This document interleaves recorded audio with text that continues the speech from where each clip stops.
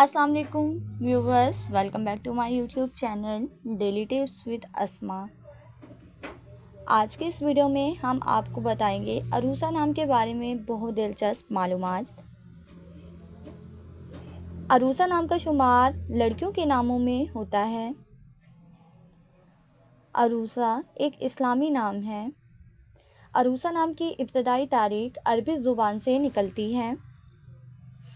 अरूसा नाम की लड़कियों के लिए खुशकिस्मत नंबर 9 माना जाता है। माहिरीन के मुताबिक अरूसा नाम की लड़कियां बहुत ज़्यादा समझदार होती हैं। अरूसा नाम का मतलब है दुल्हन यानी सजी हुई।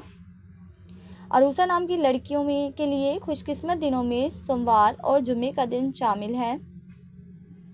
अरूसा नाम के अफराद के लिए मुवाफिक रंगों में नीला, सब्ज़ और सफ़ेद रंग शामिल है।